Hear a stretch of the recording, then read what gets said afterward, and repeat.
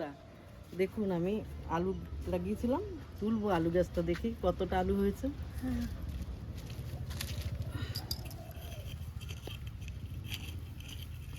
এই যে আলু গাছটা, আলু তো অনেক হয়েছে, একটা আলু গাছে, দুটো তিনটে আলু গাছে।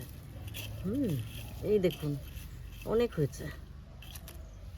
এই যে এই আলু গাছ কটাতে আমার এতগুলো আলু হয়েছে।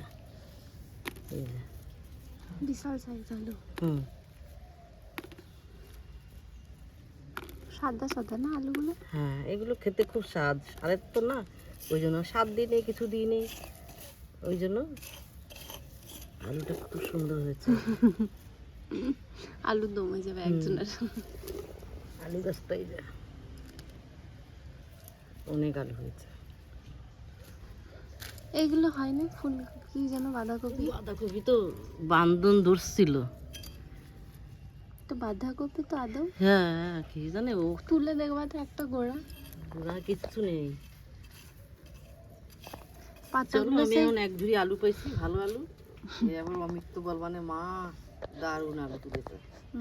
এগুলো লেটুস পাতার মতন হ্যাঁ, পাতাগুলো। লেটুস পাতা নেই, দেখতে হেবি সুন্দর হয়েছে। বেগনি বেগনি কালার। বেগনি কি এগুলো পোকা হয়ে গেছে গাছে? হ্যাঁ, ওষুধ দিতে হবে, তাহলে ওগুলো এই বীজটা পাবো। এখানে তো তোমার টমেটো আছে। ওষুধের বোতলটা, ওর মধ্যে ওষুধ ভরা, সর্ষে গাছগুলো শুয়ে শুয়ে পড়ছে। একদিন ওই ডিম দিয়ে আর কাঁচা টমেটো দিয়ে ইয়ে বানাবে তরকারি। আলু তুলেছি দেখবা, এই যে